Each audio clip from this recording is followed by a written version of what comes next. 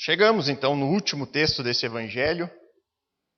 Não vamos encerrar hoje a exposição, vamos apenas iniciar.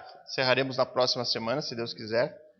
Mas hoje vamos iniciar a análise deste último trechinho aqui do evangelho de Mateus. Quero lembrá-los de que nesta parte final, desde o versículo 11 ali até o versículo 20, nós encontramos aqui Mateus apresentando um contraste entre duas versões completamente diferentes em relação àquilo que aconteceu com o corpo de Jesus de Nazaré. Nós vimos que Cristo foi crucificado, foi morto e foi sepultado no túmulo de um religioso conhecido chamado José de Arimateia. E aí então o corpo desapareceu. E aí duas versões passaram a ser contadas naquele tempo. A versão que foi analisada na última pregação, onde nós vimos a versão dos sacerdotes, a versão dos religiosos, dos anciãos, uma versão que se espalhou rapidamente e se tornou predominante entre o povo judeu, que é a versão que o corpo de Jesus foi roubado pelos seus discípulos. De acordo com o que Mateus nos conta, os soldados, aqueles que presenciaram todos os eventos envolvendo a ressurreição, eles foram subornados pelos religiosos para que eles passassem a contar uma narrativa diferente dos fatos, para que eles ocultassem a verdade e passassem a divulgar que o corpo de Cristo havia sido roubado enquanto eles dormiam, roubado pelos discípulos. Hoje nós vamos começar a análise da versão dos próprios discípulos. Nós veremos o encontro que eles afirmam ter com o Cristo ressurreto. Nós veremos que na versão dos discípulos, Jesus ressuscitou e apareceu a eles. Só que na exposição desta manhã, nós vamos nos concentrar aqui em algumas questões introdutórias do texto principal, do texto maior. E aí na próxima semana, nós vamos analisar aquela porção mais conhecida deste texto, que é comumente conhecida como a Grande Comissão. Então hoje nós veremos algumas questões que são introdutórias e semana que vem nós finalizamos com a análise da Grande Comissão. Então acompanhe comigo a leitura de Mateus 28, dos versos 16 a 20. Diz assim a palavra do Senhor. Os 11 discípulos partiram para a Galiléia, para o monte que Jesus lhes havia designado. E quando viram Jesus, o adoraram, mas alguns duvidaram. Jesus, aproximando-se, falou-lhes, dizendo: toda autoridade me foi dada no céu e na terra. Portanto, vão e façam discípulos de todas as nações, batizando-os em nome do Pai, do Filho e do Espírito Santo, ensinando-os a guardar todas as coisas que tenho ordenado a vocês. E eis que estou com vocês todos os dias, até o fim dos tempos. Queridos, existem aqui 3 questões que eu considero questões introdutórias, que são importantes de serem analisadas e que eu vou retirar aqui dos versos 16 a 18. Primeiramente, nós veremos que Mateus ele começa já o texto reforçando mais uma vez a adoração cristã. Jesus, segundo Mateus, é digno de receber a adoração. Depois nós veremos que no discipulado cristão é possível encontrarmos estágios diferentes de maturidade, estágios diferentes entre os discípulos de confiança, até mesmo de fé. Por fim, nós veremos um dos versículos que, na minha opinião, é um dos mais importantes de todo este evangelho. Nós veremos Cristo dizendo uma palavra que acaba com qualquer dúvidas acerca dele mesmo, acerca da sua pessoa. E nós veremos qual deve ser a nossa resposta a essa palavra, a nossa reação àquilo que Cristo vai dizer. Então reparem aqui que Mateus vai iniciar esse texto, essa porção final do seu evangelho, reafirmando que Cristo é digno de adoração. O verso 16 e na primeira parte do verso 17 é dito assim, que os 11 discípulos partiram para a Galiléia, para o monte que Jesus lhes havia designado, e quando viram Jesus, o adoraram. E queridos, talvez isso passe a nós de forma despercebida. Nós somos leitores cristãos. Nós fomos criados em uma cultura cristã. Nós estamos, de certa forma, mesmo aquele que não tenha muito contato, não frequentou igrejas por muito tempo, você é familiarizado com o Novo Testamento. E talvez por isso, nós passamos de maneira corrida no texto, sem dar a devida importância a uma revolução que Mateus está provocando aqui com o seu relato. Mateus ele escreve a quem o seu relato? Lembram, várias vezes eu falei, o público-alvo de Mateus é o público judeu. Ele está aqui escrevendo, tendo em mente alcançar os seus irmãos judeus. Pessoas que têm uma fé que, de certa forma, é diferente da nossa hoje, a nossa cultura cristã. Eles vêm de uma cultura judaica. E aqui Mateus, ao afirmar isso, que quando os discípulos viram Jesus, o adoraram, ele está aqui provocando uma revolução na fé judaica. Uma fé que mantinha, na sua regra de fé mais elementar, adorar somente o único e verdadeiro Deus. Só a Ele dar culto, só a Ele prestar adoração. Então Mateus, aqui o apóstolo, está aqui no final do seu relato evangelístico, estabelecendo mudanças extremamente profundas no culto ao Deus da nação de Israel. Mateus ele está aqui reafirmando que Jesus de Nazaré, aquele homem que foi crucificado como um criminoso, ele está reafirmando que este homem que foi traído por um dos seus discípulos, que foi crucificado ali em um conluio entre os religiosos do povo judeu e o Império Romano, aquele que se denominava o Cristo, o Messias, o Salvador de Israel, ele é digno de adoração. Ele é digno de ser adorado. E aqui é preciso enfatizar isso. É preciso enfatizar essa realidade. As palavras de Mateus aqui, que para nós hoje podem passar despercebidas, elas são revolucionárias ao seu tempo. O culto a Deus, segundo o apóstolo, não pode mais ser realizado no templo em Jerusalém. Ele está dizendo isso ao povo judeu. Olha, meus irmãos judeus, o culto a Deus não pode mais ser feito no templo lá em Jerusalém. Aquele templo que vocês sentem tanto orgulho, aquele templo que em boa medida é fundamento da sua esperança, da sua confiança, Deus não pode mais ser encontrado lá. Deus não pode mais ser buscado por meio de sacerdotes da linhagem de Arão, que servem como mediadores entre Deus e os homens. A verdadeira adoração ao Deus de Israel agora só pode ser feita por meio de Jesus. Mateus aqui estabelece de maneira definitiva a adoração cristã. O autor aqui desse evangelho já havia feito isso quando ele afirmou que as mulheres que encontraram Jesus pela primeira vez, ressurreto, o adoraram. Ele já tinha dito isso. Olha, aquelas mulheres viram o Cristo ressurreto e o adoraram. Nós vimos aqui nos textos das semanas anteriores. Mas agora, mais uma vez, ele reforça isso por meio da atitude dos discípulos. Quando viram Jesus, imediatamente adoraram a Ele. E aí, se nós formos buscar a definição de adoração em um dicionário, por exemplo, nós vamos encontrar que adoração significa uma reverência paga a um ser divino. É isso que significa, de maneira literal, a adoração. É você se colocar em uma posição de reverência a um ser divino. Então, queridos, se o que nós encontramos aqui no relato é a informação de que um ato de adoração foi oferecido a Jesus neste momento, e Jesus aceitou essa adoração, isso significa que o próprio Cristo ali reconhece, confirma e estabelece a sua própria divindade. Não existe outra forma de interpretarmos essas circunstâncias do texto. Vendo Jesus que os seus discípulos prostram diante dele em um ato de reverência que só é devida ao próprio Deus, E Jesus aqui não o censurando, Jesus aqui não diz, olha, não façam isso, não se coloquem assim diante de mim.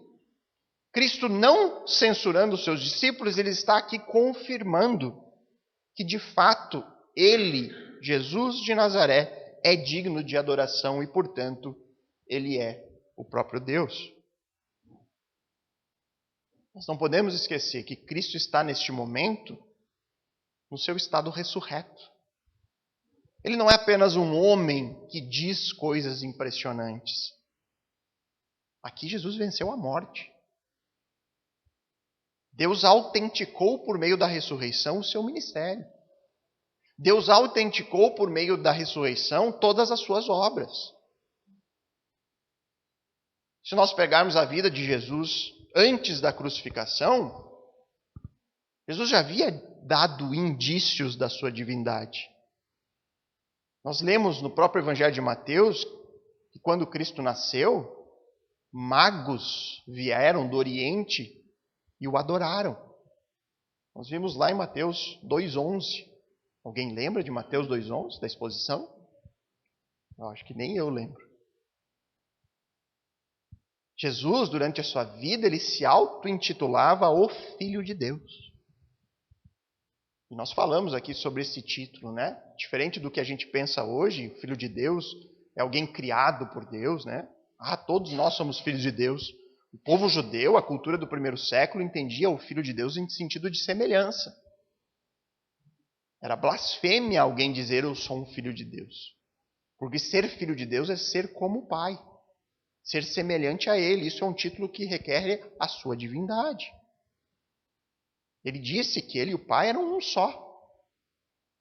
Os judeus imediatamente pegaram em pedras para apedrejar aquele que, sendo homem, dizia ser Deus. Em diversas oportunidades, o próprio Senhor Jesus usou para si mesmo o título Eu Sou. O título divino presente no Antigo Testamento.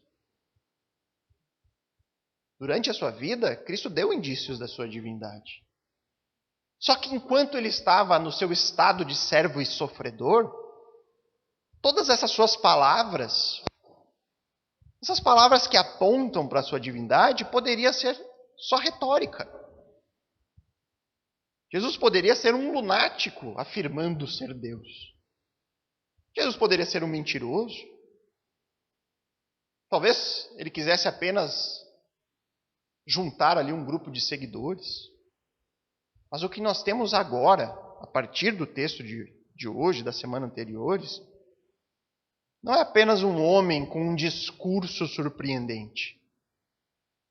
Não é um homem que faz milagres, como se isso fosse pouca coisa, né? Mas aí a gente pode pensar, os apóstolos também fizeram milagres. Nós temos o relato testemunhal aqui diante de nós, o relato de pessoas, de indivíduos que estiveram pessoalmente com Jesus depois da sua morte. Esses homens aqui, Mateus, ele escreve aquilo que ele viu com seus olhos. Jesus vivo depois de ter sido crucificado, morto e sepultado. Nós temos o relato de um homem que ressuscitou. Se isso é verdade, esse homem só pode vir da parte de Deus. Somente Deus é capaz de algo assim. Isso é importante, queridos, porque ainda em nossos dias há quem diga que Jesus não é Deus. Há aqueles que ainda hoje negam a divindade de Cristo, colocando ele em uma posição inferior à de Deus. Jesus aceitou a adoração. Está no texto. Você pode não crer que Jesus é Deus, mas não diga que crê nas Escrituras. Não diga que crê na Bíblia. Porque a Bíblia demonstra isso. Jesus assumiu a sua posição divina. Ele assumiu a sua posição como segunda pessoa da Trindade. Ele foi adorado pelos discípulos e continua sendo adorado até hoje. Nós continuamos, como discípulos hoje, adorando a Cristo. Nós nos oferecemos a Ele como sacrifício vivo. Nós nos damos a Ele para que Ele faça conosco o que Ele quiser. E quando eu entrego a minha vida a Ele, eu estou adorando a Cristo, verdadeiro homem e verdadeiro Deus. Nós adoramos a Deus em Cristo, em espírito e em verdade, pela obediência aos seus mandamentos, uma marca do discípulo, conforme nós lemos na primeira epístola de João, hoje, no início do culto. Adoração cristã não é somente se prostrar em uma condição, uma postura de reverência. Não é lançar galhos aos pés de Jesus, como fizeram na entrada de Jerusalém, logo depois crucificaram. Não é simplesmente cantar o nosso amor a Ele, como nós fizemos no início do culto. Adorar a Cristo é também conhecê-lo. É ter comunhão com Ele. É servi-lo. É obedecê-lo. E é também confiar nele. Então, nessas últimas palavras de Mateus, aqui no seu Evangelho, ele está mais uma vez aqui enfatizando essa nova realidade. Jesus agora é o alvo da adoração. Ele é o alvo da adoração cristã. Deus ele não pode mais ser encontrado em templos feitos por mãos humanas. Deus ele só pode ser encontrado no Filho. Desconfie sempre quando alguém oferece um caminho a Deus que não o Filho. Você só pode encontrar Deus se você estiver em tal igreja. Você tem que estar no tal templo. Você tem que seguir tal pessoa porque é só ali. Não. É só o Filho. É só Cristo que pode dar acesso a Deus. Ele é o único caminho, a única verdade e o único meio de obtermos vida. Agora, por outro lado, queridos, o texto de hoje também mostra a nós que nem todos os discípulos tiveram essa mesma reação. Nem todos imediatamente passaram a adorar Jesus. Alguns tiveram uma reação diferente. E aqui eu trago um ponto acerca disso, os estágios da fé. Repare mais uma vez o que diz os versos 16 e o verso 17 até o final. Ele diz ali que os 11 discípulos, eles foram até a Galileia, o local onde Jesus havia dito que eles iam se encontrar, e quando viram Jesus, o adoraram. Mas alguns duvidaram. E aqui, queridos, essa segunda parte do verso 17 é um daqueles textos que entrega para nós muito mais perguntas do que respostas. Mateus ele diz claramente que alguns daqueles que viram Jesus duvidaram. E aí vem as perguntas. Primeiro, quem são esses alguns? Eram alguns dos 11 apóstolos? Eram alguns outros discípulos? O que eles duvidaram aqui? Será que eles duvidaram da ressurreição? Será que eles duvidaram daquele homem que estava se apresentando ali como Jesus? Será que eles duvidaram que aquela pessoa fosse realmente Jesus de Nazaré? Afinal, que tipo de dúvida eles tiveram aqui? A resposta a essas perguntas, Mateus não nos entrega diretamente. E aí é preciso cavar um pouquinho, ir um pouco mais fundo para tentar encontrar aqui algumas possibilidades. Se você reparar pela construção do próprio texto, parece que Mateus separa aqui dois grupos distintos. O grupo dos 11, que quando viram Jesus o adoraram, e o grupo dos alguns. Parece que eram alguns outros discípulos que estavam também ali presentes. Certamente essa é a resposta? Não sei dizer, mas é uma forte possibilidade. Além disso, queridos, quando nós juntamos as informações dos demais evangelhos, nós vamos perceber que os apóstolos, os 11, já teriam visto Jesus pelo menos 2 vezes até este momento. Pedro teria visto 3 vezes Jesus antes deste momento que nós estamos vendo aqui em Mateus. Até Tomé já teria tido seu encontro com Cristo, no qual ele viu e creu. De qualquer forma, irmãos, independente de quem foi quem duvidou, a outra pergunta é por que dessa dúvida? Que dúvida é essa? Dificilmente era uma dúvida em relação à pessoa de Jesus e à realidade da ressurreição. Dificilmente era isso. Afinal de contas, eles estavam vendo Jesus. O texto diz claramente, quando viram Jesus. Eles viram Jesus. Como é que eles poderiam duvidar da ressurreição? Como é que eles poderiam duvidar que aquela pessoa era Jesus? E aí, queridos, é em casos como esse, né, quando a Bíblia não nos entrega todas as respostas, que nós precisamos ir um pouquinho mais fundo. E uma maneira de cavar um pouco mais fundo é ter acesso à Bíblia no seu idioma original. Tentar entender a palavra que foi traduzida ali. E isso ajuda na compreensão. Aqui, neste texto, a palavra grega distazo, depende muito da maneira da pronúncia, que foi traduzida na nossa Nova Almeida atualizada como duvidaram. Essa palavra ela só aparece no Novo Testamento no Evangelho de Mateus. Você não encontra em nenhum outro lugar. Nós só temos aqui e em Mateus 14, 31. Os 2 lugares que ela aparece. Se você voltar aí em Mateus 14, 31...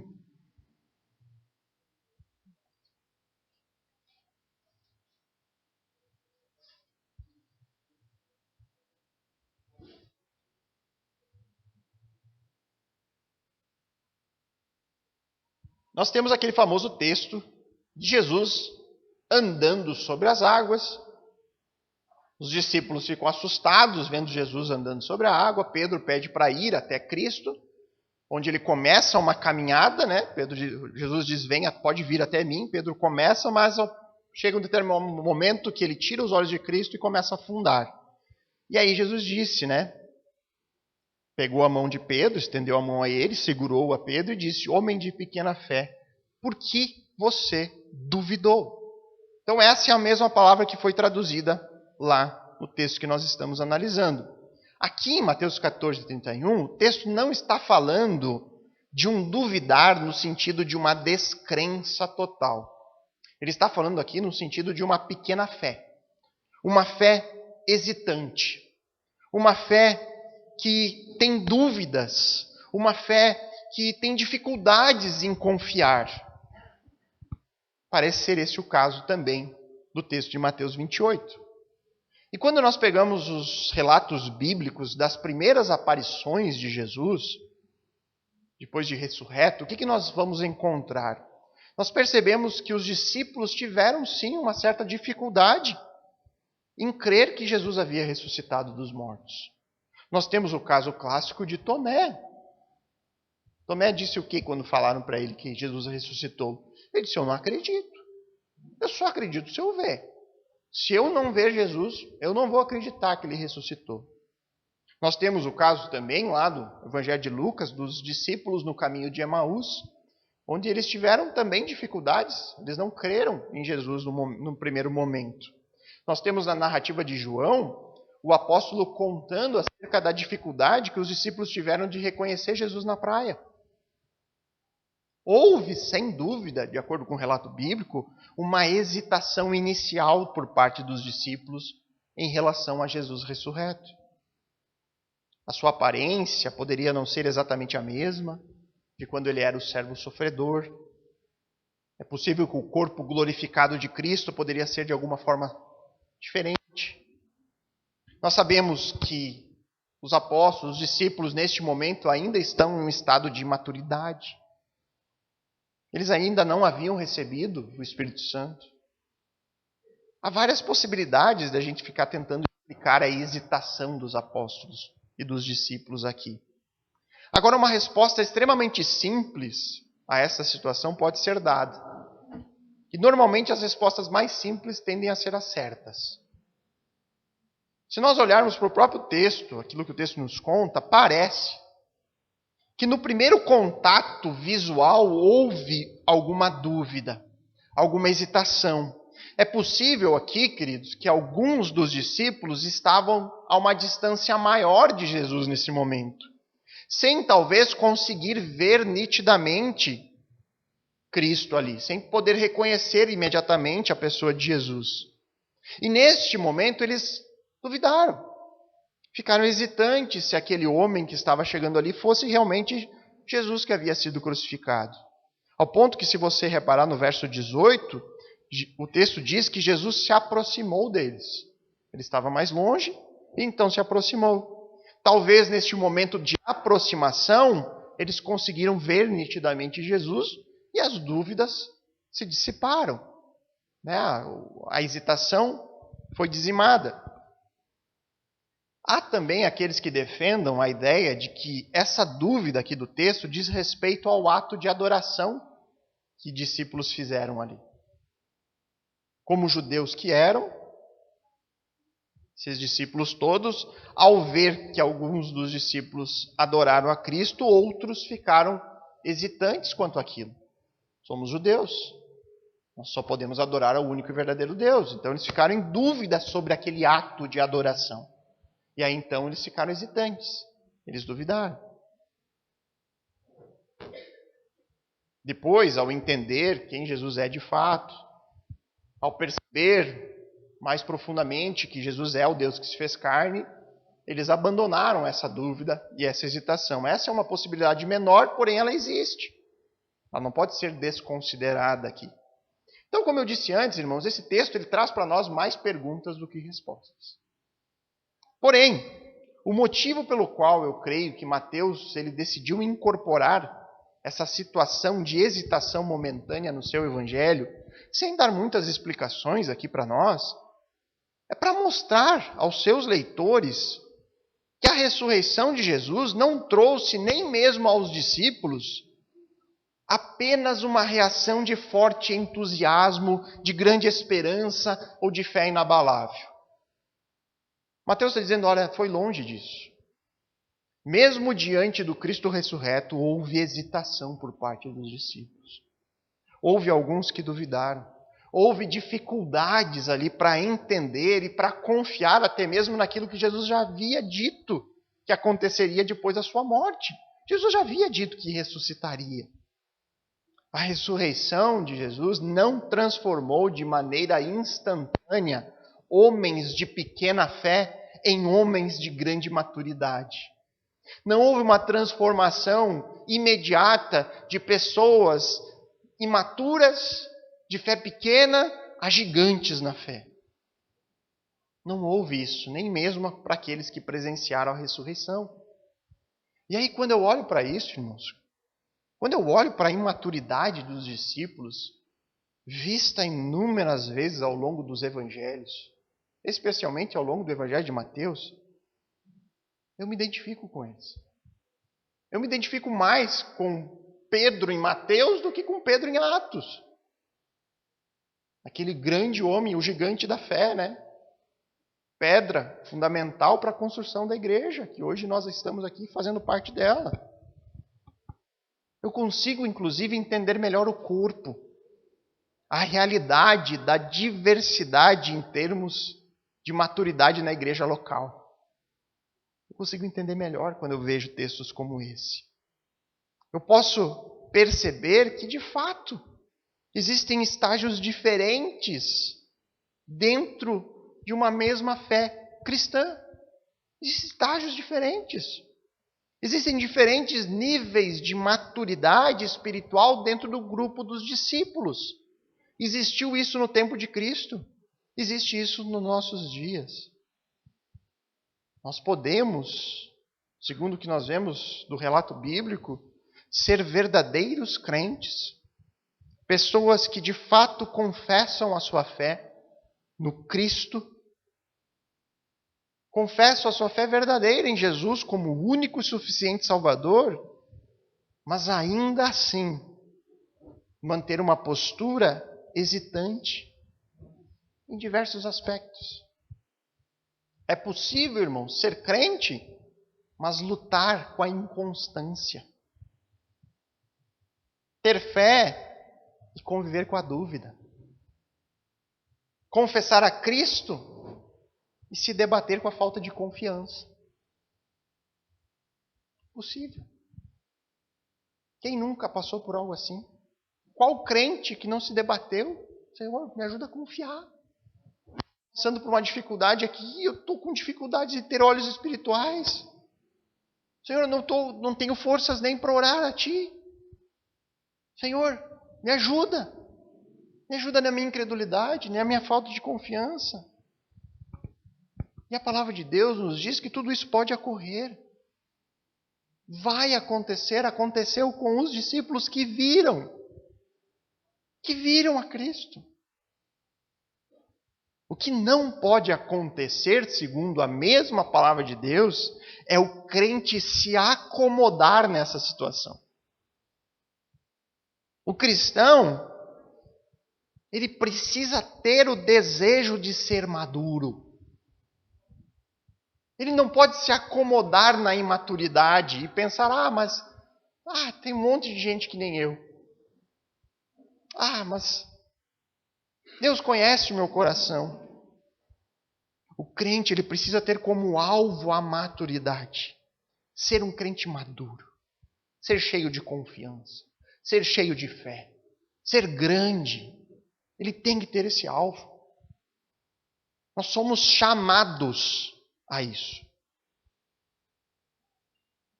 Deus, ele nos insere em um corpo diverso, onde nós vamos ter vários níveis e várias diferenças em termos de maturidade, nunca em termos espirituais, irmãos. Sempre lembre disso. Não existe crente mais espiritual que o outro, porque todos nós temos o mesmo Espírito Santo.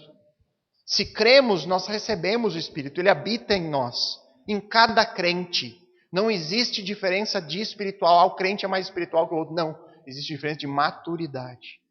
E Deus nos coloca neste corpo para nos fazer crescer justamente nisso. É o que diz Efésios, capítulo 4, versos 11 a 14, onde Paulo vai dizer: e ele mesmo nos concedeu uns para apóstolos, outro para profetas, outro para evangelistas, outro para pastores e mestres. Ele diz, olha, Deus dá diversidade no corpo. Ele dá dons diferentes para cada um. Agora, por que ele faz isso? Ele explica. Com vistas ao aperfeiçoamento dos santos, para o desempenho do seu serviço, para a edificação do corpo de Cristo, até que todos cheguemos à unidade da fé e do pleno conhecimento do Filho de Deus, ao estado de pessoa madura. Esse é o objetivo. Ele nos insere num corpo diverso para que um ajude o outro a ser cada vez mais maduro. Ele continua, à medida da estatura da plenitude de Cristo. Para quê? Para que não sejamos mais como crianças. Aqui a criança é o símbolo da imaturidade, da inocência. E aí, se nós somos crianças, se nós continuarmos como crentes criancinhas, sem maturidade, qual é a consequência? Paulo continua. Seremos arrastados pelas ondas e levados de um lado para o outro por qualquer vento de doutrina. Surge qualquer novidade por aí, o crente vai atrás. Mas lá em tal igreja agora tem um pastor que está curando, não sei. Vai todo mundo atrás. Não, agora tem um pastor lá que revela. Vai todo mundo atrás e fica de um lado para o outro, sendo levado por todo o vento de nova doutrina, pela artimanha das pessoas, pela astúcia com que induzem ao erro. Como nos proteger do erro doutrinário? Crescendo, conhecendo, sendo firmes em doutrina, em sabedoria, em maturidade. E aí então nós não somos mais enganados. Surge uma nova doutrina, você é capaz de dizer isso é errado, porque a Bíblia afirma isso. E ele está pregando aquilo. É contrário às Escrituras. Então você quer ser um gigante na fé? Você quer se livrar das incertezas, da falta de confiança? Quer ser um crente maduro? Um cristão capaz de ajudar os outros nas suas hesitações, de ajudar os outros a crescer ao invés de ser aquele que sempre pede socorro aos outros?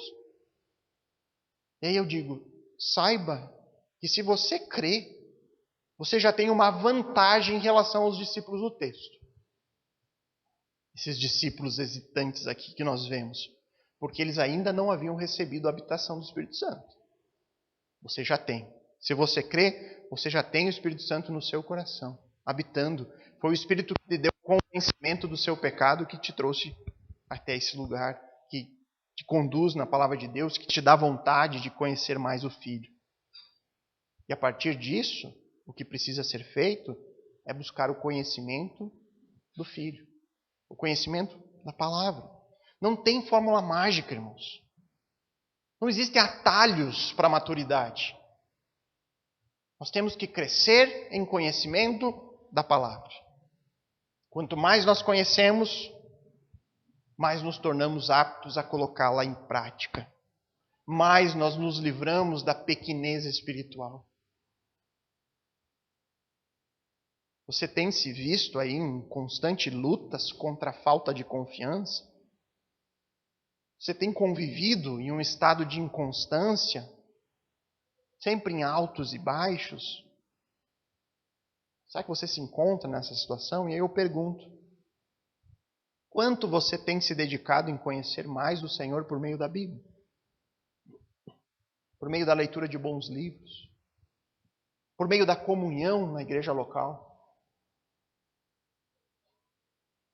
Irmão, se você se dedicar 15 minutos do seu dia, se você separar 15 minutos do dia para ler as Escrituras, e aí se você fizer isso todos os dias, ao final do ano você vai ter lido a Bíblia inteira.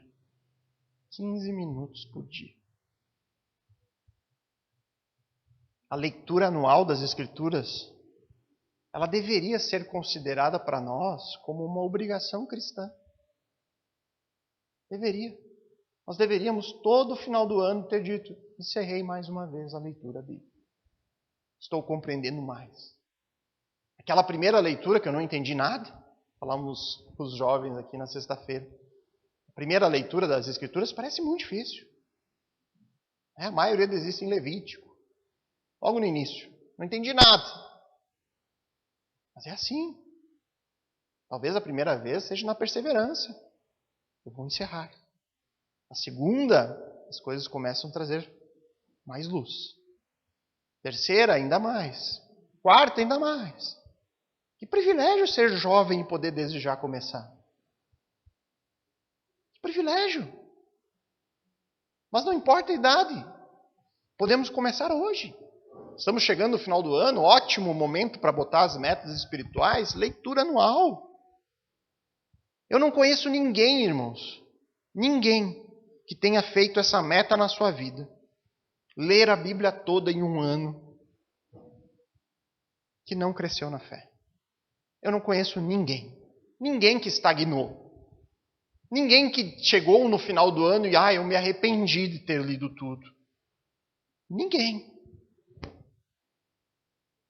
E se você não tem 15 minutos do seu dia para dedicar àquilo que é, sem dúvida, a coisa mais importante da vida.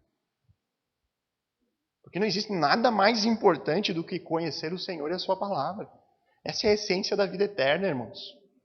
Conhecer a Deus. Se você não tem 15 minutos,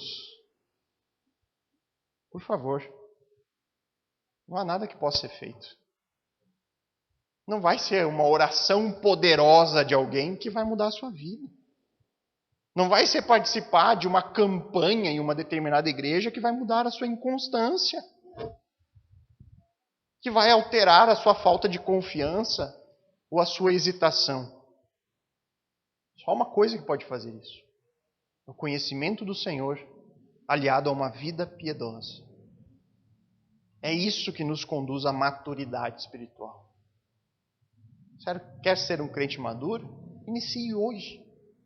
Inicie hoje conhecê-lo por meio da palavra. Separe na sua agenda, no seu dia a dia, um tempo para isso. E faça regularmente. Então o texto de hoje nos mostra também essa realidade. Alguns discípulos duvidaram. Alguns discípulos ficaram hesitantes ali diante do primeiro contato com o Cristo ressurreto. Mas algo ocorre na sequência. Os discípulos agora se deparam com a palavra que retira toda a dúvida. Verso 18. Jesus, aproximando-se, falou-lhes, dizendo: toda a autoridade me foi dada no céu e na terra. Então Jesus ele se aproximou, chegou mais perto ali dos seus discípulos, de modo que todos pudessem vê-lo e ouvi-lo, e anunciou ali uma grande nova notícia. A partir daquele momento, ele é o detentor da autoridade máxima sobre todo o universo. Mas é importante fazer uma ressalva aqui, irmãos. O fato de Cristo estar neste momento dizendo, afirmando a sua autoridade, não significa que antes da ressurreição ele não possuía nenhuma autoridade. Nós cansamos de ver aqui ao longo da exposição do Evangelho de Mateus vários momentos onde Jesus ele deixa muito claro ter autoridade de várias formas e de muitas maneiras. Nós vimos Jesus ensinando com uma autoridade nunca antes vista. Nós vimos Jesus expulsando demônios, demonstrando a sua autoridade sobre o mundo espiritual. Jesus curava e ressuscitava pessoas, demonstrando a sua autoridade sobre a vida humana. Jesus acalmou tempestades, demonstrando a sua autoridade sobre a criação. Ele demonstrou, inclusive, que tinha autoridade para perdoar pecados, coisa que só Deus pode fazer. Demonstrando, mais uma vez, a sua divindade. Então não restam dúvidas sobre isso. A autoridade de Jesus ela sempre foi enfatizada por Mateus ao longo do seu relato. A novidade encontra-se no fato de que Jesus não é mais aquele que diz ser o rei Messias, mas é o servo sofredor. Jesus agora está dizendo que o Pai, na ressurreição, conferiu a ele toda a autoridade sobre todo o universo. Ou seja, agora não há mais dúvidas. Jesus é o rei Messias, supremo mediador. O seu reino ainda não foi consumado neste mundo, mas Cristo já desfruta de total autoridade sobre tudo e sobre todos. O que nós vivemos hoje é um momento de transição. O rei já foi ungido, mas ainda não tomou o trono que é seu de direito. Algumas pessoas, no tempo presente, podem se recusar a se submeter a este rei que foi ungido. Mas chegará o dia em que isso não será mais possível. E aí então, a Bíblia diz que todo joelho se dobrará diante do rei deste universo. Essas palavras de Jesus retiram toda dúvida que ainda possa pairar sobre a sua pessoa. É a confirmação de que tudo aquilo que ele havia dito ao longo do seu ministério era verdade. Cristo é de fato o Rei Messias, o único mediador entre Deus e os homens. Ele é o Senhor dos senhores, o Rei dos reis, digno de adoração, digno de louvor, digno de todas as honras. E aí, diante dessas palavras, qual deveria ser a postura de qualquer pessoa, mas em especial daqueles que dizem seguir a Cristo? Qual deve ser a postura do verdadeiro discípulo de Jesus? Poxa, depois de ouvir isso, de que ele é a autoridade máxima no universo, eu tenho que estar com meus ouvidos bem atentos. Afinal de contas, está falando aquele que tem a autoridade máxima. Não é assim que funciona? Hoje em dia nós vivemos tempos confusos no nosso país, né? Mesmo o presidente, as pessoas não param para ouvir, né? Tem aqueles que, eu não gosto dele, não quero nem ouvir ele falar. Mas se nós fôssemos visitar, né? Agora faleceu a rainha, mas a monarquia britânica, quando tem um pronunciamento do rei, da rainha, o povo para ouvir. Essa é a ideia. Está falando aquele que é rei sobre o universo. Como nós devemos estar diante dele? Qual deve ser a nossa postura diante da sua palavra? Se como discípulos nós já deveríamos estar diante de um professor que nos ensina, ainda mais agora, quando ele diz que ele é rei sobre tudo e todos, autoridade máxima no céu e na terra, isso toma uma dimensão ainda maior. Nós estamos diante daquele que tem autoridade sobre o universo. Isso significa que as estrelas, os planetas, o cosmos se submetem a ele. O universo olha para Cristo e diz: sim, Senhor. O que dizer de nós, então, meros mortais? É diante dessa nova realidade que os discípulos vão receber, no texto ainda que nós vamos ver, uma ordem. Nós veremos em detalhes essa ordem na próxima semana. Essa ordem diz que os discípulos precisam levar essa nova verdade a todas as pessoas da terra. Levar para todas as pessoas a verdade de que o Cristo que foi crucificado e que ressuscitou ao terceiro dia é único, é sublime, é supremo, é o único Rei mediador, é o único caminho, a única esperança para a humanidade. Quem mais disse algo assim, irmãos? Qual pessoa no mundo, qual guru espiritual falou algo como o que Cristo diz aqui nesse verso?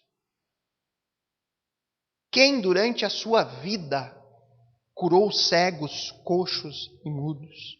Quem neste mundo ressuscitou pessoas? Quem demonstrou domínio sobre os demônios? Domínio sobre a criação? Quem mais na história da humanidade andou sobre as águas? Quem conseguiu multiplicar alimento e saciar a fome de milhares? E principalmente, quem na história da humanidade foi crucificado e voltou dos mortos em glória? Quem? É tarefa dos discípulos agora ir e anunciar isso a todos. É tarefa dos discípulos ir e alertar aqueles que estão prostrados em adoração diante da criatura ao invés do Criador. Alertar aqueles que veneram o universo, que prestam culto ao Deus Sol, que adoram as árvores, os animais. Alertar aquelas pessoas que estão prostradas diante de estátuas, imagens sem vida. E dizer a essas pessoas: não façam isso. Vocês estão no caminho errado. Só existe um meio de salvação, de redenção, de acesso a Deus, e este caminho atende pelo nome de Jesus. Aquele que tem autoridade sobre o céu e a terra. Abram os seus ouvidos a Ele. Escutem a Ele, aprendam sobre Ele. Sejam ensinados por Ele. Apenas Ele é o caminho, a verdade e a vida, e ninguém vem ao Pai a não ser por Ele. Essa é a nossa tarefa a partir deste momento. E se nós, discípulos, se nós somos aqueles que devemos alertar o mundo sobre essa verdade, se nós somos aqueles que devemos dizer ao mundo: escutem o Filho, qual deve ser a nossa postura diante da mesma palavra que nós dizemos aos outros? Ouçam. Se nós temos que alertar o mundo para que estejam atentos às palavras de Cristo, o que dirá de nós? João 14,15 diz que se vocês me amam, guardarão os meus mandamentos. Eu não posso ser cristão, ou seja, carregar o nome de Cristo e fechar os meus ouvidos para a palavra. Isso é algo completamente incompatível. Eu não posso afirmar ser cristão, mas não ter interesse por aquilo que Cristo ensina, por meio da palavra. Esse é o primeiro ponto. Porque quantas e quantas pessoas, queridos, dizem abertamente serem cristãs. Nosso país, predominantemente composto de cristãos, de várias vertentes, várias teologias diferentes, enfim, denominações. Mas quantas dessas pessoas que dizem eu sou cristão não conhecem nada da Bíblia? Nada, não conhecem nada. Nunca leram. Nunca buscaram aprender nem o Novo Testamento. Como isso é possível, irmãos? É incompatível. Não tem como. Eu não posso dizer que carrego o nome de Cristo sem o conhecê-lo. você está carregando o nome de alguém que você criou na sua cabeça. Mas não é o Cristo das Escrituras. Mas eu também não posso ser um cristão que conhece o que Jesus diz, mas que não coloca em prática na sua vida. Também não posso. Eu não posso ouvir Cristo dizendo que eu preciso ter uma atitude radical contra o pecado, mas conservar na minha vida pecados de estimação. Não posso. Eu não posso ouvir Cristo dizendo que eu preciso amá-lo mais do que tudo, porém permanecer amando o mundo e as coisas que há no mundo. Não posso. Eu não posso ouvir Cristo dizendo que eu tenho que adquirir um tesouro no céu, mas permanecer tentando construir um reino neste mundo.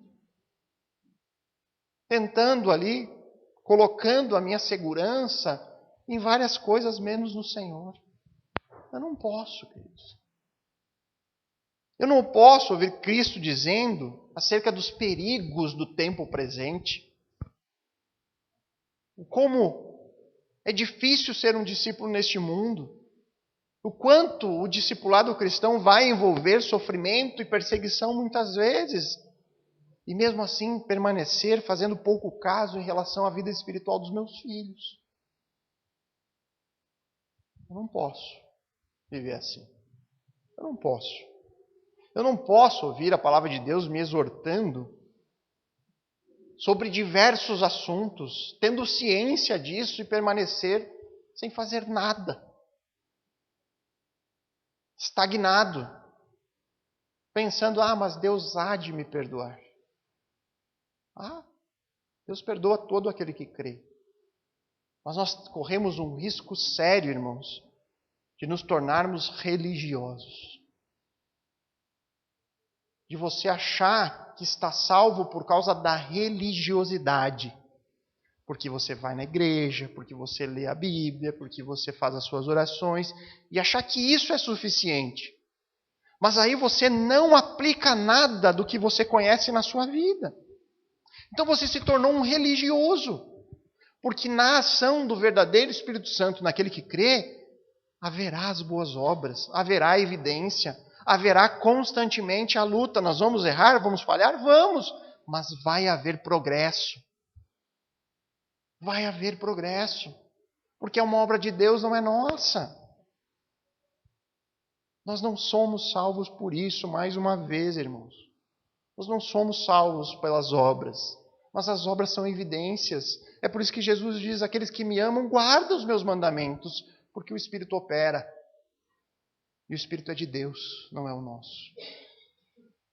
Eu não posso ouvir a palavra dizendo que é importante que você congregue e mesmo assim eu não faço nada em relação a isso.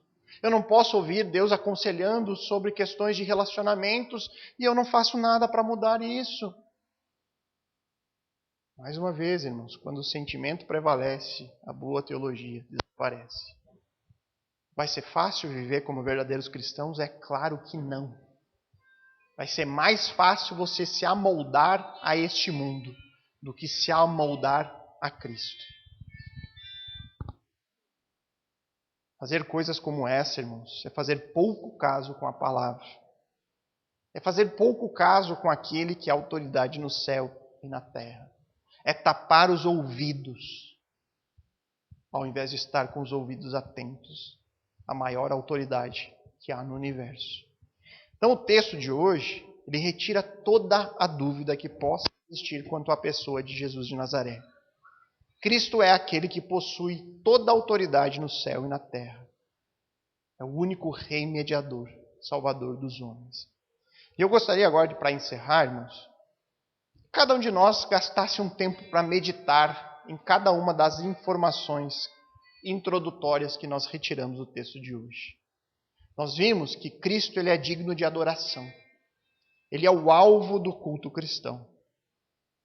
Você se sente seguro em relação a isso? Você tem adorado a Deus em Cristo por meio do seu próprio sacrifício vivo? Ou seja, você tem entregue a sua vida no altar do Senhor, amando a Cristo com todo o seu coração, força e mente?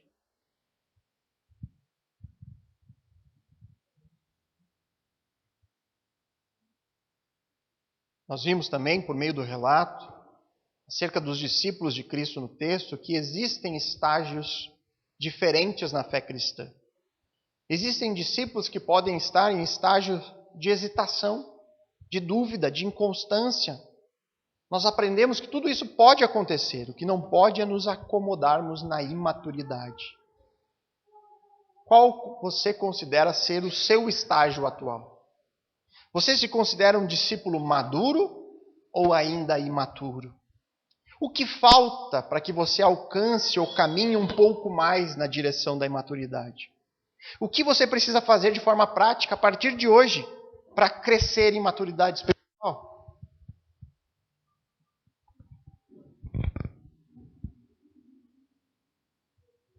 E por fim, qual o papel da palavra de Deus na sua vida? Qual a consideração você tem por tudo aquilo que Deus nos diz por meio da palavra? Você tem as Escrituras em mais alta estima? Ela é a sua fonte de autoridade máxima? Você busca consultar o Senhor pela palavra antes de cada decisão que você toma na sua vida? E principalmente, você tem crescido nela? Vamos pensar sobre isso. Em seguida vamos orar.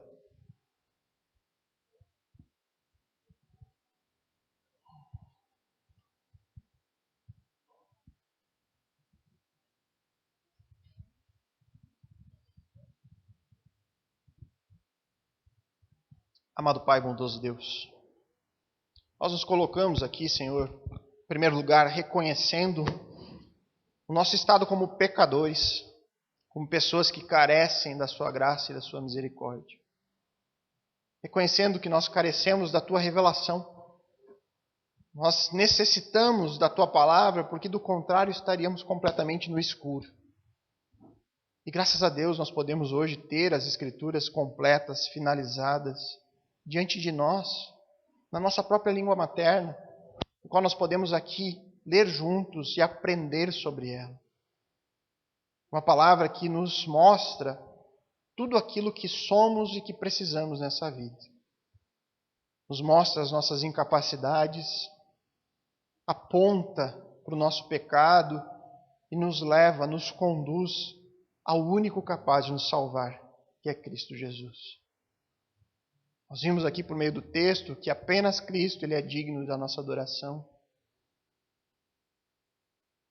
Cristo é o alvo da adoração cristã, juntamente com o Pai e com o Espírito Santo. O Senhor nos ajude, Deus, a adorá-lo com as nossas próprias vidas, a entregarmos como sacrifício vivo o nosso ser por completo no Teu altar, obedecendo, buscando crescer cada vez mais em Ti. Porque esse é o único caminho de vencermos a nossa inconstância e a nossa imaturidade, Pai. Sabemos que na santificação progressiva nós temos que fazer a nossa parte e que muitas vezes nós nos sentimos incapazes, nos sentimos sem força, Senhor, sem vontade. Por isso eu peço, Deus, atua em nós, nos dá, Senhor, a perseverança necessária.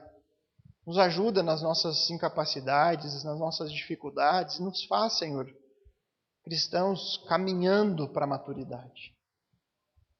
Que o Senhor use do corpo da igreja local, Senhor, que use os nossos irmãos para nos ajudar uns aos outros nessa caminhada. Que todos nós tenhamos esse mesmo alvo e que possamos nos alegrar em ver os outros crescendo também, caminhando junto conosco. Nos une cada vez mais em Ti. Nos faz mais fortes em Ti, Senhor. O Senhor nos guie no tempo presente, nos encaminhe em direção a este caminho que o Senhor pretende a nós, essa obra que um dia nós temos a certeza que será finalizada. Aí nós declaramos aqui juntos que nós precisamos de Ti. Nós necessitamos do Senhor e da Sua palavra.